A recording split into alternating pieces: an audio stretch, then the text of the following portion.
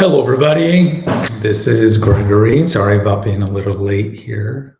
Just trying to get some videos recorded here.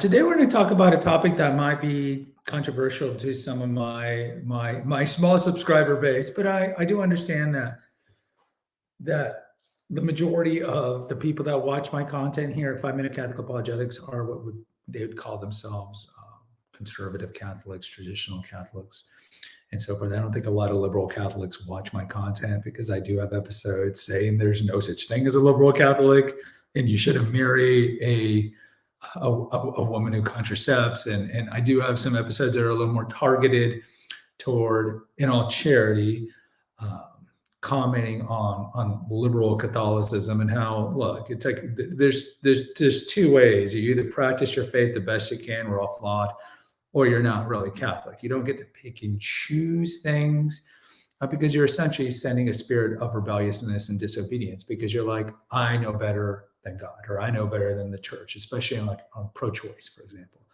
Yeah, I know the Ten Commandments say you shouldn't kill, I shall not murder. But so it's all about making your wills superior to that of the will of God. And I mean, this was one of the sins of the Garden of Eden, for example. So, but at the same time, in charity, I like to challenge the traditional Catholics because we ain't perfect. We're not perfect. And I wanted to do an episode, and there's a couple of future episodes. I have a future episode coming out in December. Yes, I have episodes all the way queued to December. That's just the super planned kind of guy that I am. I called Are Traditional Catholics the New Pharisees? And that episode might rile up some people, but we'll touch upon some of that content here. You guys can call in at any time that you want or post a question. I understand that there's maybe some non-Catholics that are here. So if you have a question, just in general, like what's stopping you from being a Catholic, to use that line over at EWTN, you're more than welcome to call in or post a comment. A couple of things before we start. My Instagram is Catholic or Protestant. Check it out. It's grown I got 50 subscribers in a day. I've had about 100 subscribers since I started about 60 days ago. It's a very simple Instagram. I post a picture of a church, and you just have to post in the comments if you think it's Catholic or if it's Protestant / Anglican / Orthodox, whatever it is. That's it. There's no I don't editorialize. I don't post any memes. It's just, here's a church. You guess what it is. And then the next day I tell you what it is. That's it. It's just, I think the reason I like doing it is because I get to mention or show sometimes how ugly Catholic churches have been in the post-conciliar era. And to be fair, I think that the ugliest Catholic churches were kind of built in that brutalist period of the 60s and 70s. But man, there are some ugly Catholic churches that are just, a lot of them are in Europe too, you'd be surprised. And then also, I'll post pictures because I want to trick you. I'll post pictures of something that looks very, very mainline Protestant, and you'll think, oh, well, that's Lutheran. That's a Lutheran church. No, sadly, it's a Catholic church. Or I'll flip it around and I'll get a picture of a super Anglican-looking church. And then you'll think, oh, well, that's Catholic, and no, it's Anglican, or it is Anglican. I like to mix it up. Sometimes I'll just post pictures of, the subscribers are smart. You guys aren't stupid. If the church is hideously ugly, even if it doesn't have a crucifix, because normally there's a correlation there because a lot of the modernist churches intentionally take out the corpus. But you guys know if it's hideously ugly, everybody's guessing it's Catholic, right? Because the Lutherans, the Anglicans and so forth, they don't really have subscribed to that kind of modernist brutality architecture. They just do more of the boring, let's make our church look like a meeting hall. The other thing I want to talk about is I did put a link to my new YouTube channel called How I Lost Over 100 Pounds and Kept It Off for 30 plus years. So clearly by the title, I lost over 100 pounds and kept it off for 30 plus years. That is true. I lost my weight back and I finished losing it in 91. So for any of you who are dealing with weight loss or weight loss maintenance, go check that out. There's probably 15 episodes now there. I do 2 a day. One talking about just tips that have worked for me. The other one is kind of doing a childhood obesity series called Confessions of an Obese Child, where I talk about some of the funny and not so funny incidences of growing up overweight. So if any of you need help with that, go check that out. There's a link at the homepage for 5-Minute Catholic Apologetics. And you can just click and check out the videos there. Appreciate a like and a subscribe if you like. All right. So are traditional Catholics judgmental? It's hard to make a statement like that because it's also like making a statement, are Americans blue-eyed? Are Americans patriotic? You can't make these kind of generalized statements. So any comment that I make about tradcaths, to understand, I'm not saying that if you identify as a traditional Catholic, and I would say, look, if you're going to a Latin Mass or to Ordinariate Mass, or if you go to a Novus Ordo Mass and you perceive yourself as traditional Catholic, and sadly, we have to, kind of have these terms, liberal Catholic and conservative Catholic, but pretty much if you follow your faith, you're a traditional Catholic, regardless if you go to Latin Mass or NO Mass or your Eastern Rite or wherever you go. So would I say that traditional Catholics are judgmental? I would say that human beings are judgmental. We are just naturally judgmental. And it comes from the fall of Adam, right? It's just one of the just kind of the inherent parts of being a human being that, along with the 7 deadly sins, and you can certainly say being judgmental is part of the father of those deadly sins, which is pridefulness. Certainly, I think it's one of those things that we all kind of have to check. We have to check that tendency. And personally, I have to check it. Like if I see a guy or a girl who's all tatted up with the dyed hair and looks all gothed out, I have that tendency to judge them as being, oh, what's wrong with them? They're trashy. So, we all have to check ourselves because we're all judgmental. We are all judgmental on something. Okay? We're all judgmental. And I could use the quote that Jesus says in Revelation, I spit out the lukewarm, either be hot or cold. So well, it's okay to all have a take on something and all have an opinion on something, maybe, but we shouldn't be judging other people. That's not charitable at all. That is not charitable. So what do I mean by are tradcaths judgmental? This is based on my anecdotal experience. Okay, there's no empirical evidence that I have seen, statistics and studies and all these things like this. Let me turn off my phone so you guys can call here. There's no empirical studies that are saying yes, that tradcaths are more judgmental than non-tradcaths. What I will say is this: just based on my attendance at different churches, but I think more based on my interaction with people on social media, I would say that there is a very virulent strand of judgmentalism, judgment in the tradcath community. I would say that. Now, again, if you identify yourself as traditional Catholic, I'm not casting aspersions at you particularly are judgmental. And what do I say? I'm not saying that you're judgmental toward, oh my God, people eat Middle Eastern food. No, you're judgmental toward liberal Catholics. You're judgmental toward any Catholic that's not traditional Catholic. That's what we mean by are traditional Catholics judgmental? So if you identify as being traditional Catholic, I'm not saying that you're judgmental. What I am saying is I'm laying out the foundation that we all are judgmental on something and that we need to check that impulse. But what I noticed is just like I'll post my videos on Facebook groups, and most of them I would say are perceived, traditional or right of center. So the Latin Mass ones and whatnot. Now, I do belong to the Fulton Sheen group, and I belong to some of them that I guess would be perceived more to be liberal.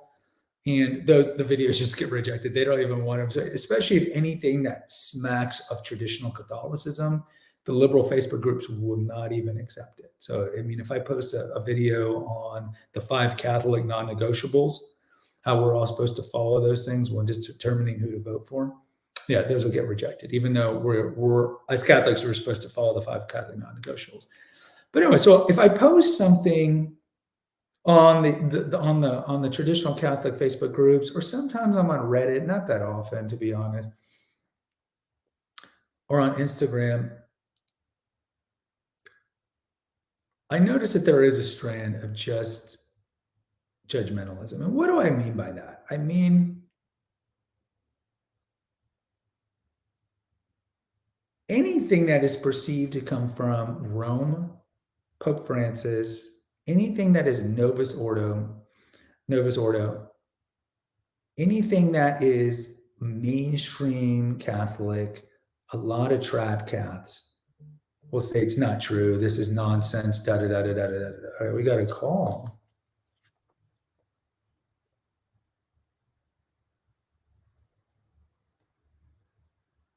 And the call went away. Try calling again, please. Otra vez. And there's just this mentality of, the big one I hear is, well, everything out of Rome, that's not really Catholic. That's been infiltrated. That's a New World Order shill group. Francis is the devil. Da da da da da da. I get a lot of this. I'll see a lot of these comments, just crapping on Francis, crapping on anybody that goes to the Novus Ordo Mass. Just the kind of this mentality of like, I know better. We're better Catholics because we go to the Latin Mass. Everyone who doesn't go to the Latin Mass is a horrible Catholic. And honestly, I find a lot of this to be revolting because the traditional Catholics, like, we're supposed to be held up to a higher level because you should take out the adjective of traditional. We're Catholics. We identify as practicing Catholics. Traditional Catholics as a whole align 100% to magisterial teaching. So on one level, we should be held to a higher standard. And so when I hear this uncharitable, judgmental nonsense coming from people on Facebook groups, it drives me crazy. It drives me crazy because it's the exact opposite of what we're supposed to be doing as Catholics. I mean, how many memes did you see of Pope Francis, Pocahontas, when Francis went to Canada and was wearing the headdress? Like, how many jokes being made at his expense? Now, I get it. The super right are going to say he's not the Pope. The Sedis are going to say he's not the Pope. But to be honest, look, if you go to an SSPX church, they do acknowledge Francis as the Pope. They will mention his name. Most of them are going to have portraits of Francis.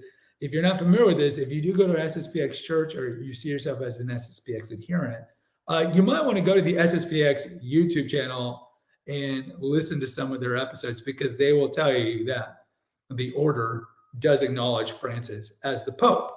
That being said, I can't tell you how many times I'm on Facebook groups that are SSPX where people in the group are commenting something negatively about Pope Francis, making fun of Pope Francis, saying he's really not the Pope, saying he's a New Order shill. I get it. I understand the criticisms of Pope Francis. I am on record on this channel saying I don't think he's that great of a Pope.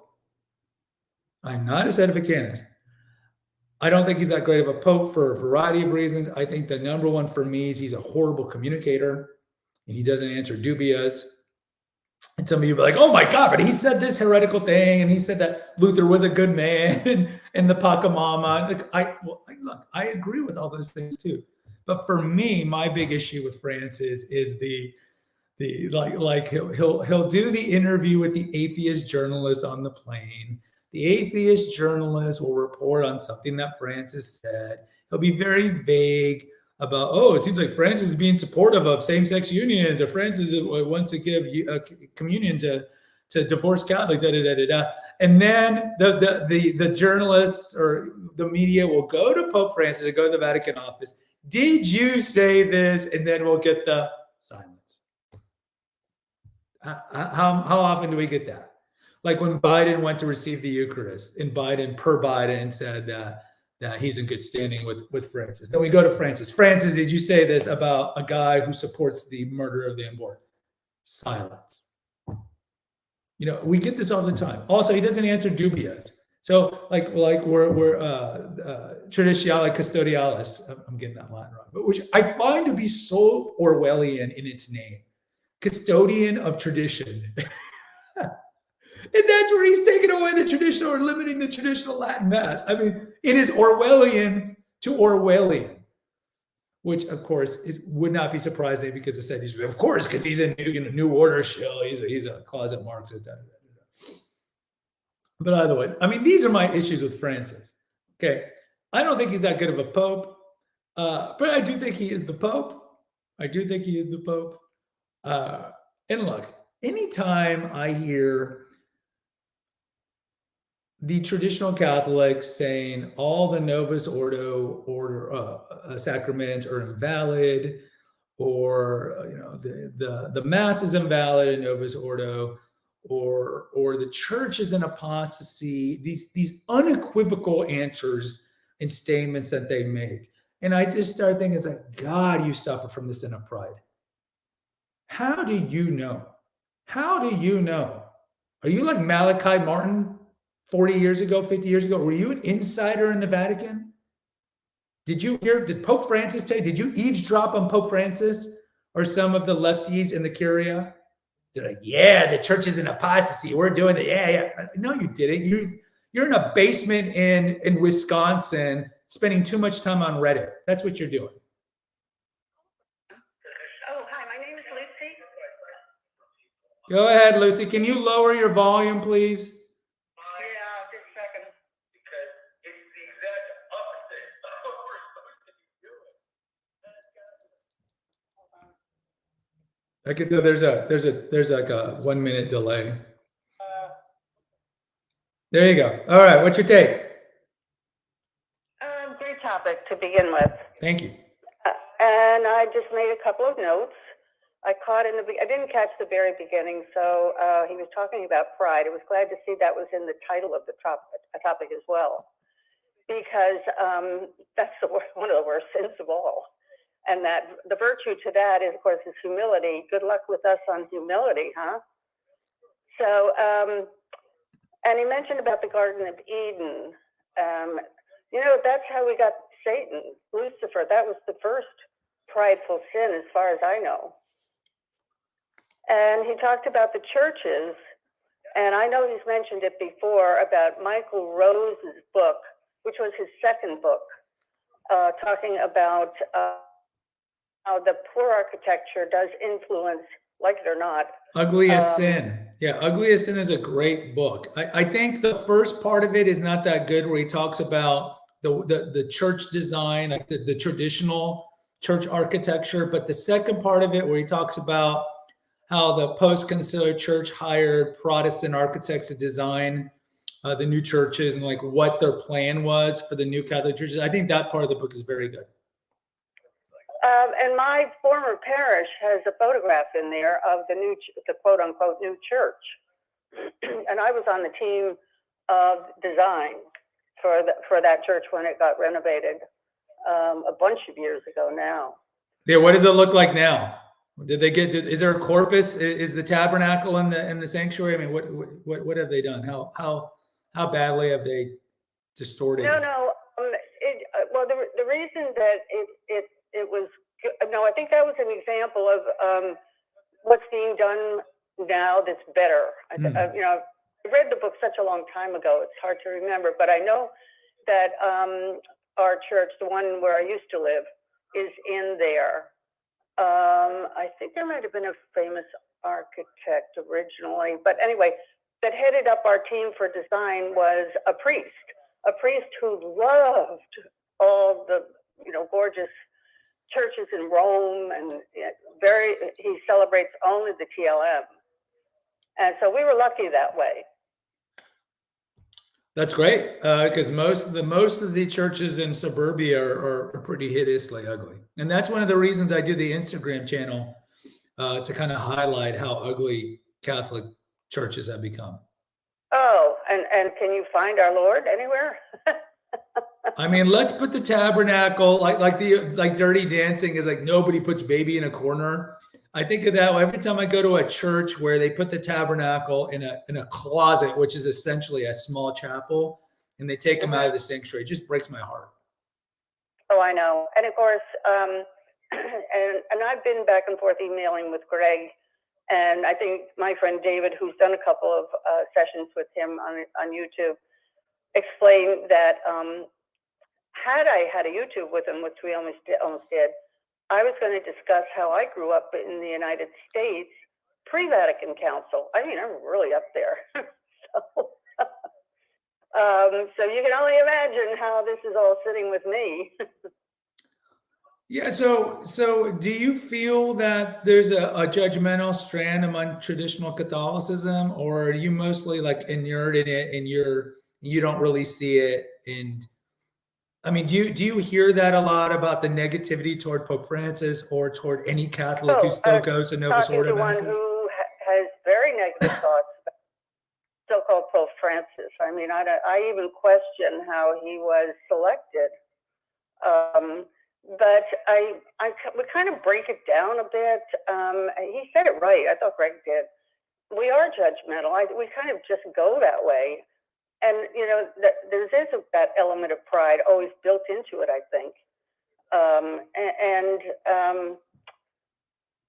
I think that he was talking about how we judge others. And I actually even got into a not nice disagreement with a friend, which is very sad. I was being accused of judging, and she didn't get it at all. And you can judge the act, but you don't judge the person participating in the act. Only God can do that.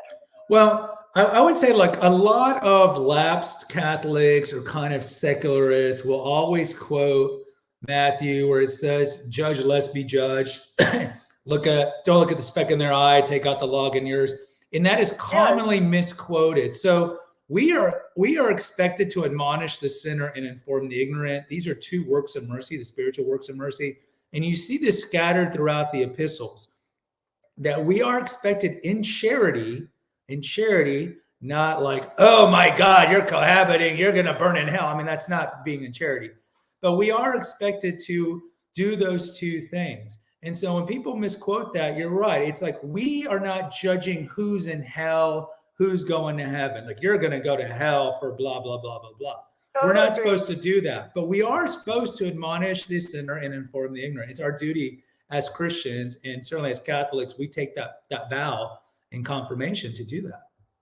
Well, and one presumably is searching always for the truth. The truth should be, you know, totally woven into this, and you can't deny that something and say that something is pleasing to God when it isn't.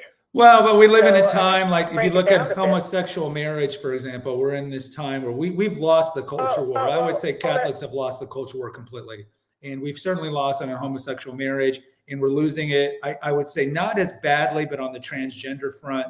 But if you say anything bad about homosexual marriage, then you're a homophobe, right? So we are expected to speak the truth, but it's gotten to the point where we can be persecuted for speaking the truth, which of course is one of the Beatitudes. But yeah, we're supposed to speak the truth, but we live in a world that is very hostile to Christian values.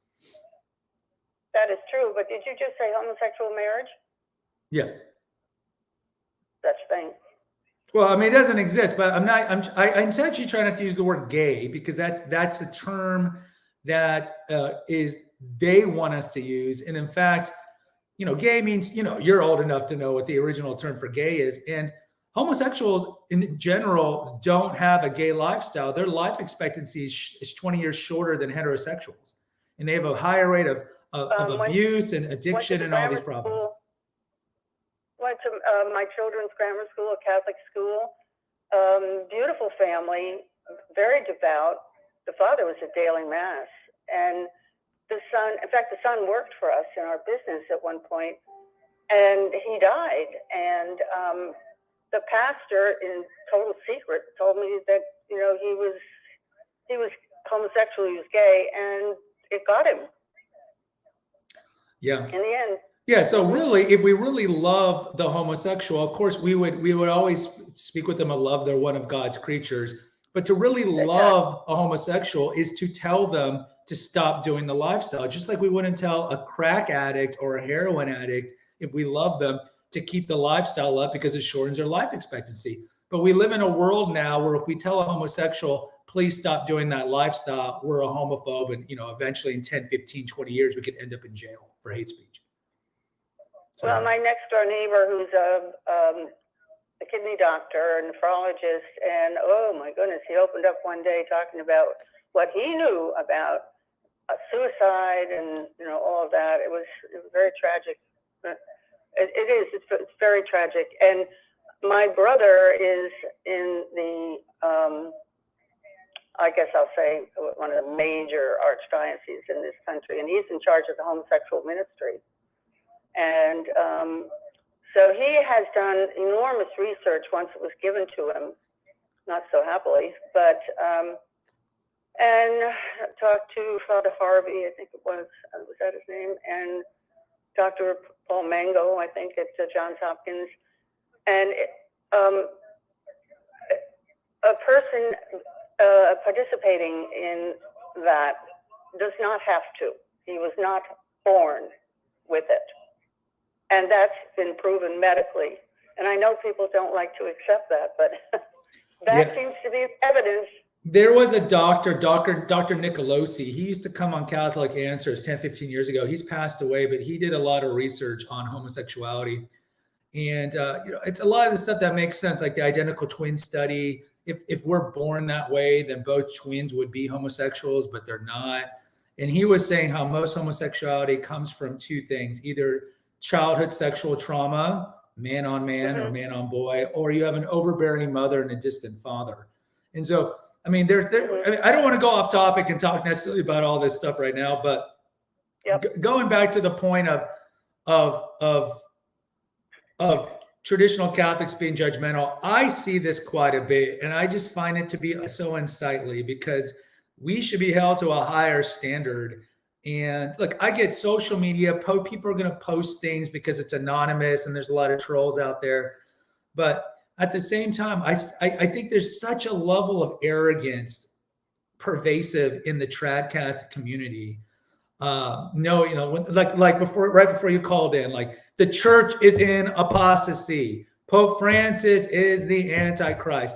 Nobody can say that for certain. You can look at anecdotal evidence, but when you make statements that the church is in apostasy, everyone who's in Novus Ordo, they're not receiving the sacraments. Last I checked, these are people that are just reading stuff on the internet in Florida or Wisconsin, yet they have the pride of singularity where they think, I know the truth. Everyone else is stupid. I know the truth. The church is in apostasy, blah, blah, blah, blah, blah, blah, blah. And this is just major sin of pridefulness. And I get tired of hearing it all the time.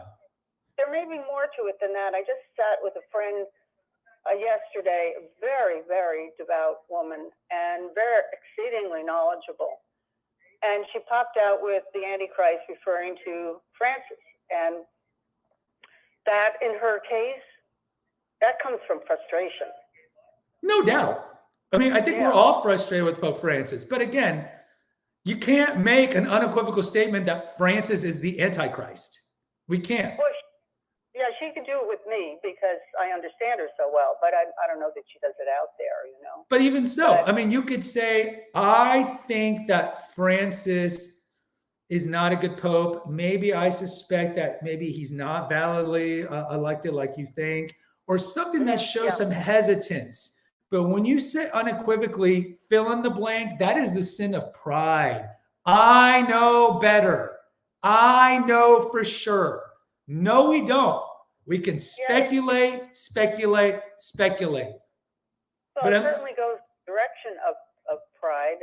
But I mean, I can tell you what I was steeped in the faith with 11 years, including Catholic college, where in my day, you really got an education.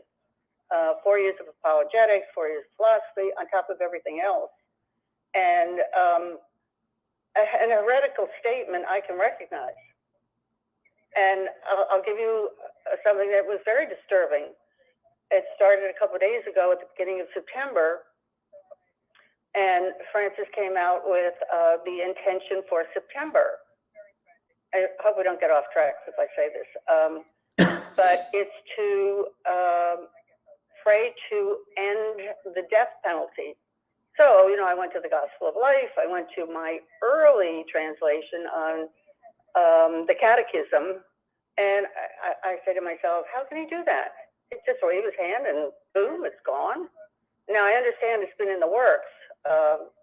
The seamless garment, don't forget, in Chicago, but yeah, the old canon law said that the death penalty was acceptable, but it's in the more, I think the more recent canon law by J.P. Second, it's kind of more stated that perhaps we should remove it. And some would say that's just an evolution. That's an evolution of Catholic doctrine. Not in his Gospel for Life. It's number 56. And it's in there, and he does do what I call a semi-equivocation. Oh, no doubt. Yeah, I talked about the beginning. No doubt. No doubt. This is why I think he's one of the worst popes we've had in the last 250 years, because he's an intentionally bad communicator. You're judging. No, that's an opinion. That's an opinion. That's an opinion. Yeah, see, we know how to do it. But see, I'm not saying for certain that he's not the Pope, or that every Novus Ordo Mass is invalid because the priests are not validly ordained, or because they changed the word. I am saying, yes, there's certainly things that Francis has done that make me worry. Yes, I'm concerned he has made heretical statements. Yes, but again, I'm just a dude in Texas, and I have the humility to say I'm just a guy in Texas who's worried about the faith, and I'm not going to make these announcements that I see all the time on social media that I know this, it's absolutely certain. And if you don't agree with that, then you're some radical leftist, modernist apologist for Francis. Yeah, I guess, I certainly, it's all around me. I mean, I have a sister who's extremely interested in the truth of the faith, and I suppose she probably does, to you, she might come across as judgmental. But I'm going to make the claim that she's judging right or wrong, and what the truth of the faith is, and what the dogmas and doctrines are. Yeah, and I would say that, look, unless she's in the Vatican eavesdropping on conversations where these people admit that they're making heretical statements, it's all speculation. It's all speculation. We're speculating. What's that? There's a lot of information out there. That Father Muir, talking about Pope John, I guess he is maybe now, Saint Pope John Paul I, Alberto Luciani. Yeah. And the conversations are in there. So there's a lot of information out there. Well, exactly, but how much of it do we know is accurate? How much of it is really accurate? And if we're spending a lot of time on Reddit, Catholic Reddit sites and all this, a lot of that is, well, I was there, I saw this, or I read this, or we can go to Denzinger and read, quote Denzinger all day long and all this. Again, it's speculation, and I don't think there's a lot of good that comes from spending an inordinate amount of time listening to what I call apocalyptic Catholic YouTubers, and spending a lot of time on Reddit wondering and investigating if the church is in heresy, because all it does is lead to anger and anxiety. There's just no point. We didn't talk about the other part, which is the part of people, I'll use my sister as an example here, who pray fervently for our church. Absolutely. We should all pray fervently. I totally agree with that. But I think it's before I get out of bed, you should see the prayers I have for the I know there is a large strand of Catholics who all they do, I won't say all they do, but they spend a lot of time, and I'll call out these channels, The Remnant, Taylor Marshall, Return to Tradition. Yep. All they do is clickbait, fear mongering. Francis did this. Vigano responded with this. It's all clickbait. I call apocalyptic Catholic radio. It's not improving your faith. It's making people angry and stressed and worried. And I would say shame on them. Shame on them. I don't think I'm going to agree with you on that. Maybe in part, and for some, that's how it lands. But I don't know. it's part of the gathering of information, doing your homework, I think. But what's the point? You can't go to the Vatican and take down Francis. You can't go to the Vatican and affect any change over there. Ultimately, it takes away from what we know, what we need to do for our own salvation, and that is independent of what's going on in Rome.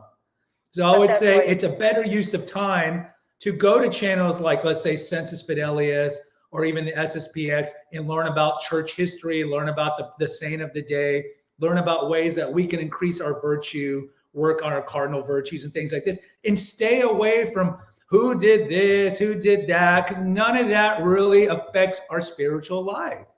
No, I think you take it in stride, and you, as I said, you apply prayer here. Well, but you can pray for the church and pray for Francis without watching that content. The content is like watching the nightly news. The nightly news, if it bleeds, it leads. Nobody benefits from watching the nightly news because it's always this fire, this rape. It's always negative stuff. So it doesn't benefit you from watching it. And so we know the church is not in a good state. We can all agree. I think anybody who's got eyes can see right now this is not the golden era of the church. But we don't need to watch daily Catholic apocalyptic content to pray for the church. We can stay away from that stuff because it's addictive on one level. Because it's again, Lucy, it goes back to the sin of singularity. It goes back to the idea like, oh, this is happening. Oh, I know the truth about what's going on. Purge that of your life. And of course, pray for the church. There's no good that comes from watching that content. You just said we all know the church is in a bad state. That's how we know it. Well, we know what the church is in a bad state, not because we like, oh, Vigano did this or Francis did that. We all intuitively know that by going to the neighborhood suburban mass, by looking at our Catholic politicians being pro-choice and so forth. But we all know that without having to watch daily content of that. Oh, you're talking about daily. Yeah.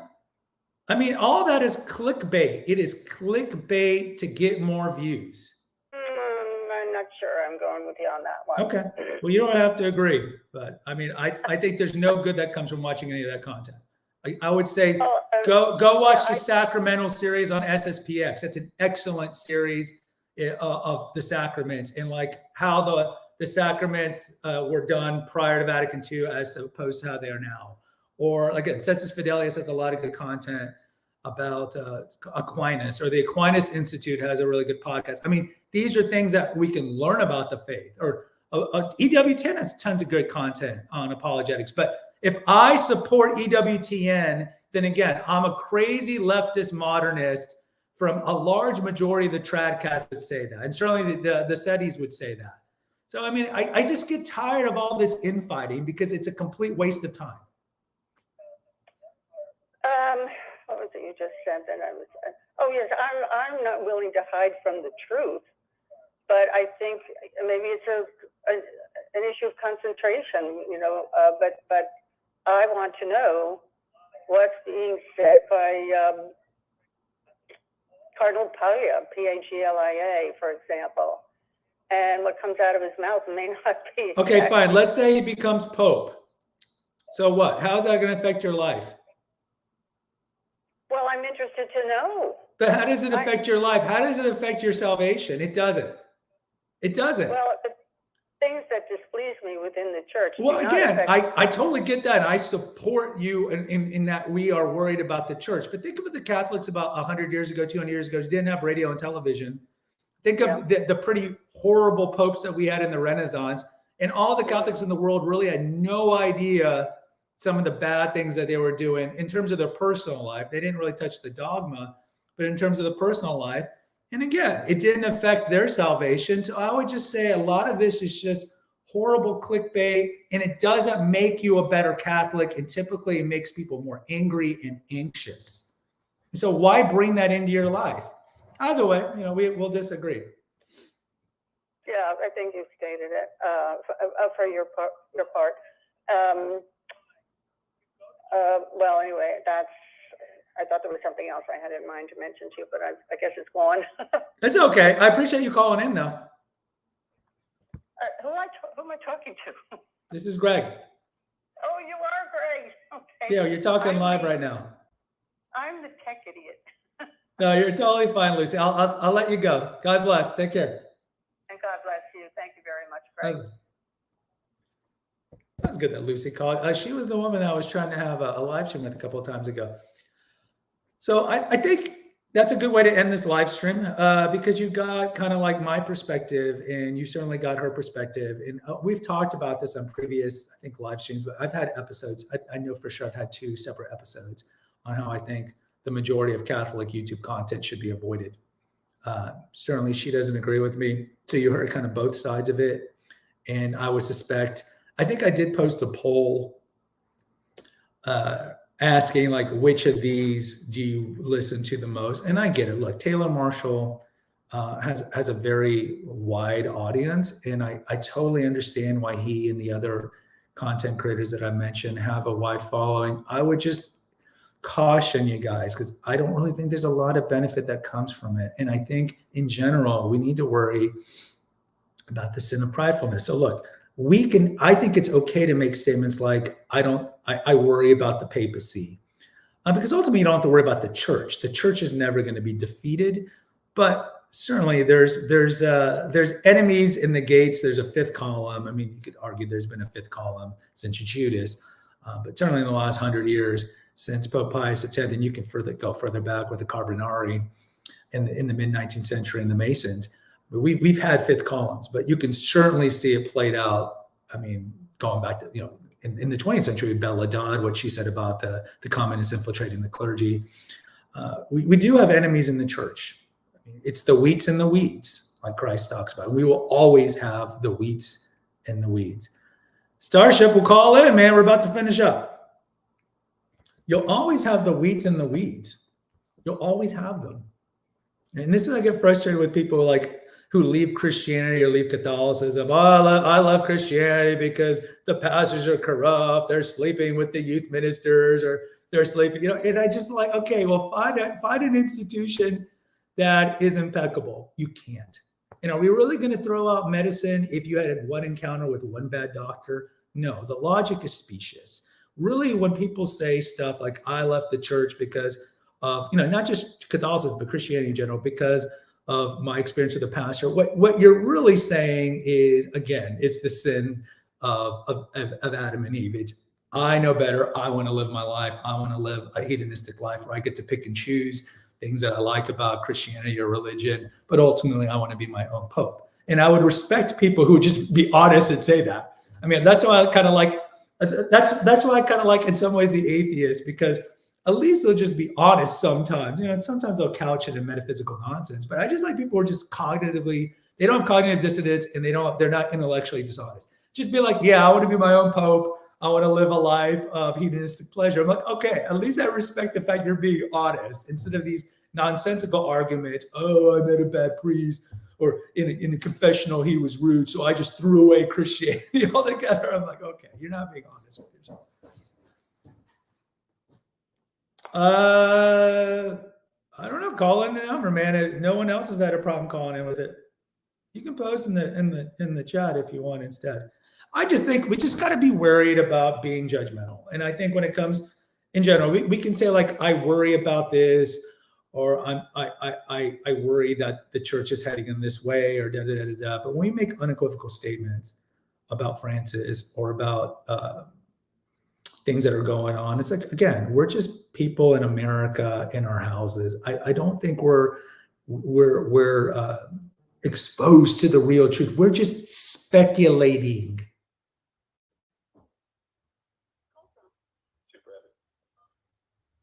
Hello. Hold on, let me put you on speaker. Give me 1 second.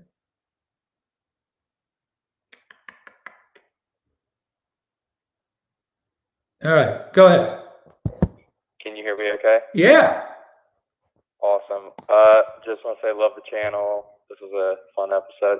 Yeah, I just wanted to contribute that in my experience, all of the trad caps in real life are like fantastic, humble people that are just totally traditional Catholics, but they wouldn't say it like that. They would just say they're Catholic. And then also that, like in my experience, I've never encountered those people online that like deny the papacy or like that Francis is the Pope, or even like to say to resist Pope Francis. I literally only encounter them online. So I don't know. I feel like being in the online sphere can really skew our perspective of the quote unquote trad cats, you know.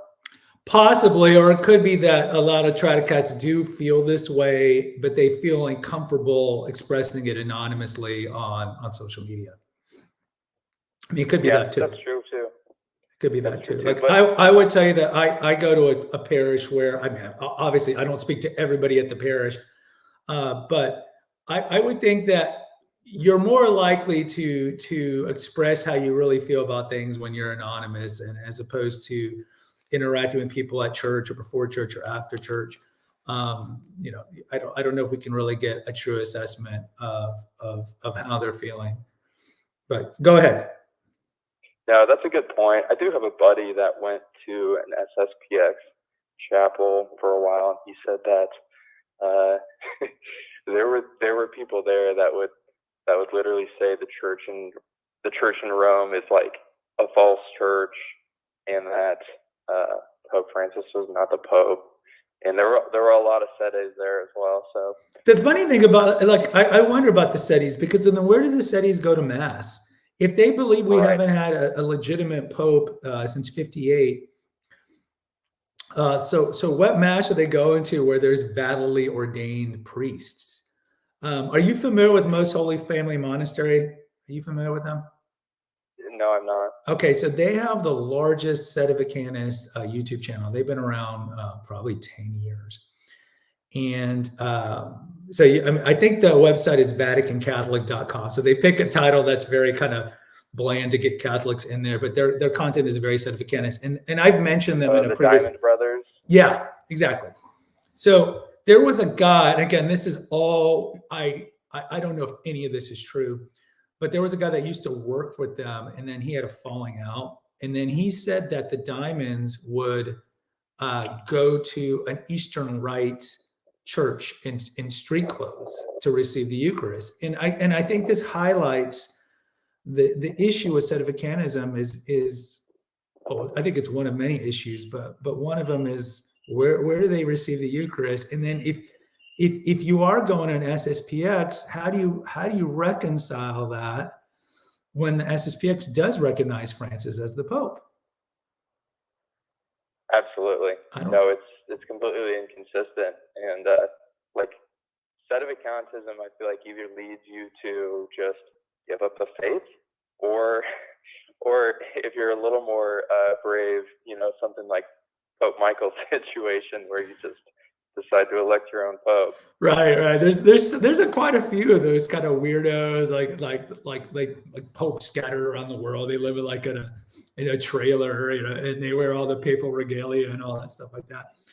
I don't know. I think the Sedevacanists are almost like, I mean, they're kind of like schismatics in some ways. And look, I get where they're coming from. We're all frustrated. We are all frustrated. But I think the Sedis really suffer from the sin of pridefulness and the sin of hubris, right? I know for sure.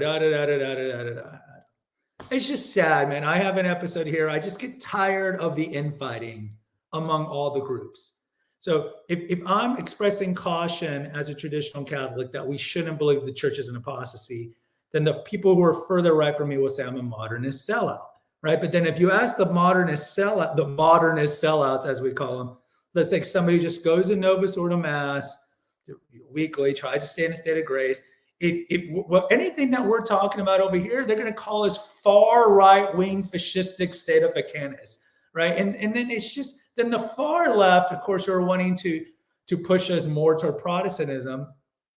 I mean, they think anybody to the right of them are misguided Catholics who are obscurantists, who are trying to hold back the true spirit of Vatican II. And it's just, all of it is horrible infighting, which is classic Marxist tool. I mean, the cultural Marxists wanted that. Fighting between the sexes, fighting between the races, fighting between socioeconomic classes. It's all frustrating. Those are all great points. Totally agree. So what kind of parish do you go to? Say that again. What kind of parish do you go to? So I go to for Sunday Mass. I'll go to my family and I. We go to like a Novus Ordo that's really reverent, ad orientem with incense and tons of Latin. But I live nearby a fraternity, St. Peter parish as well. That I'll go to daily TLM there. So why don't you go there for Sunday?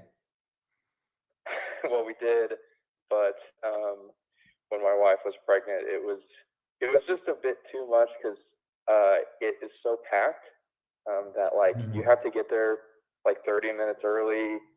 It is, and then it's like they squeeze everyone in like sardines, which is a great problem to have. They're just totally over capacity. It's a small church, is that why?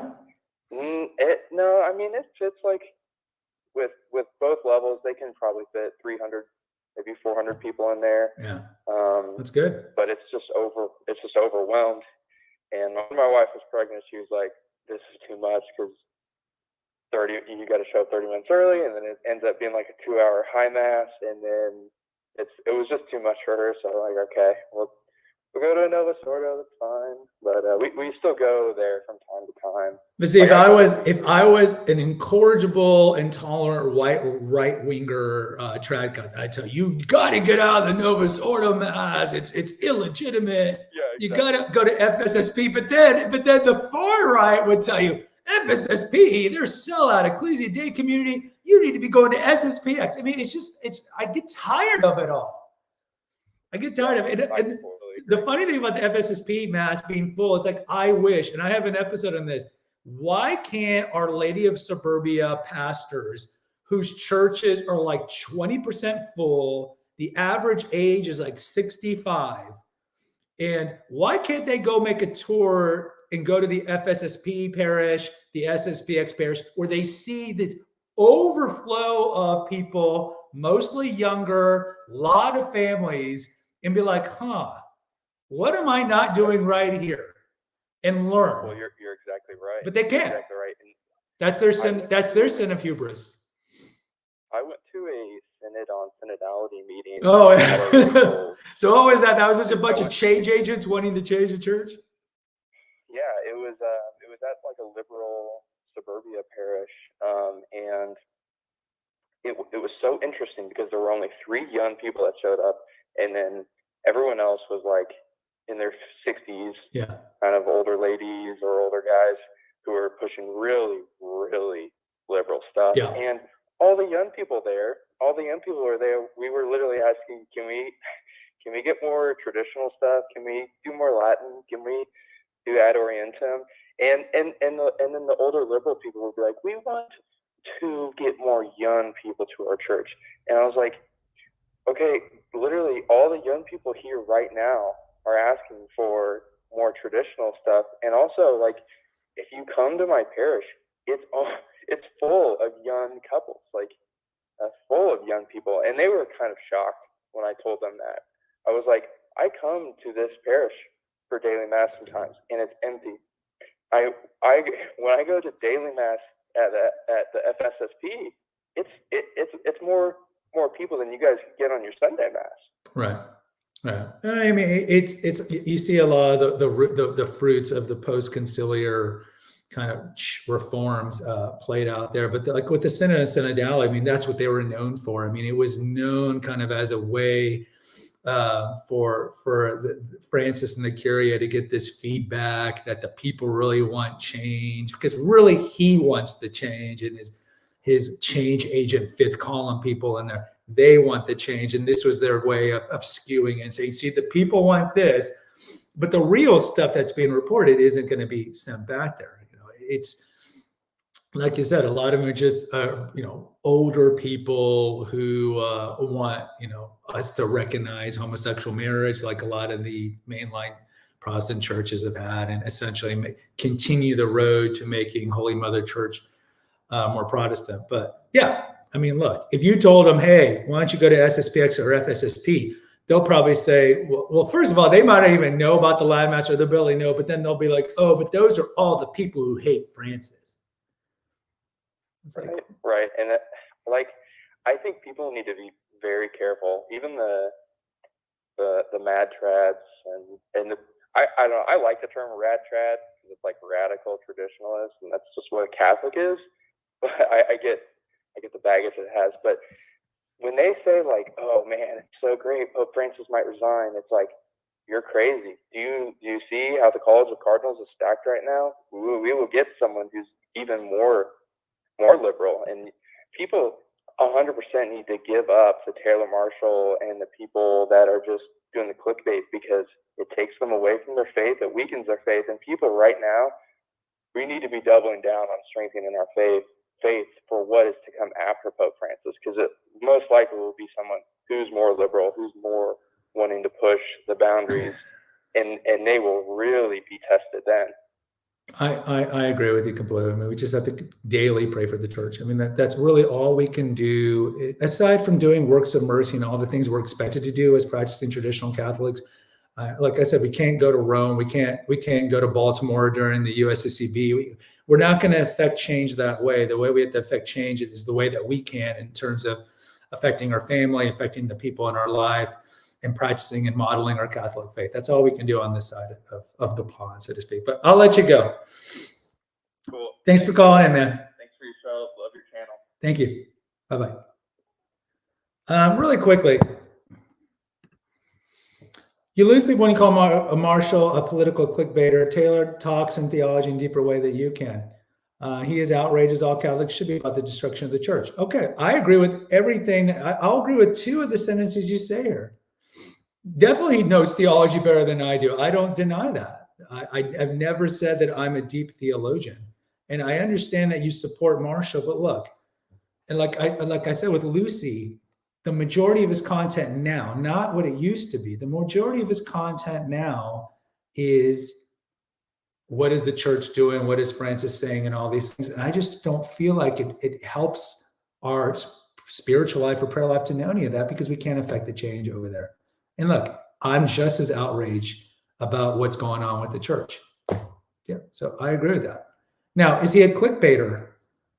If people are making episodes, and look, I know about YouTube content creation here. If people make episodes intentionally knowing that people are going to eat this up, and if they're constantly saying, like the video, like the video, like the video, like the video, again, it's YouTube algorithm. They know that if you're liking it, if you're hitting the notification, you're subscribing, these all work on the algorithm to get the channel more viewed. So I would not tell you that there isn't a certain amount of profit motive behind a lot of the large YouTube channels.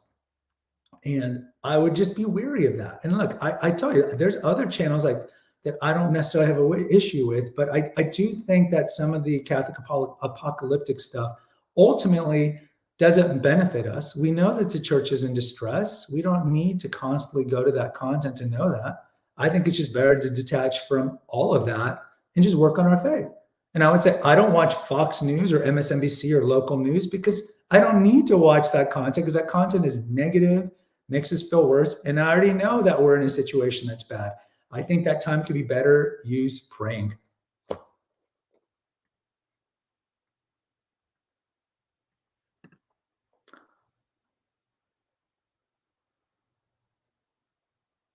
I mean, I think this episode, I should say, is perfectly geared toward you, my brother in Christ. I think that we just need to pray more and have some humility.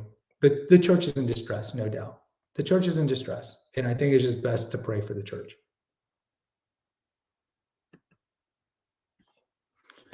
All right. LM, you're more than welcome to call on before I finish up. I do appreciate, and I know there's like a 1 minute delay here, so I'll try to slow it down. Look, when I created this channel, as I mentioned, I think the video that's still there, if you haven't subscribed, it's just a parable of the talents. I've never said that my content is inexhaustible.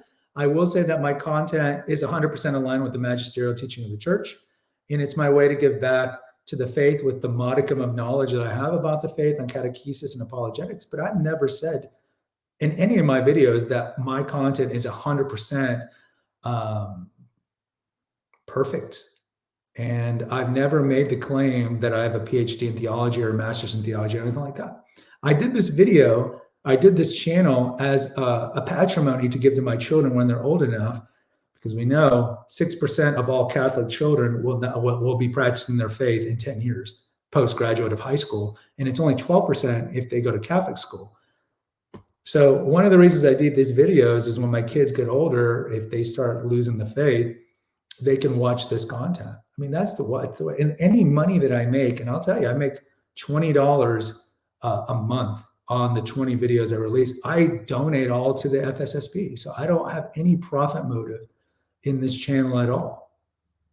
This is just my way of talking about the faith and helping anyone defend the faith that they want.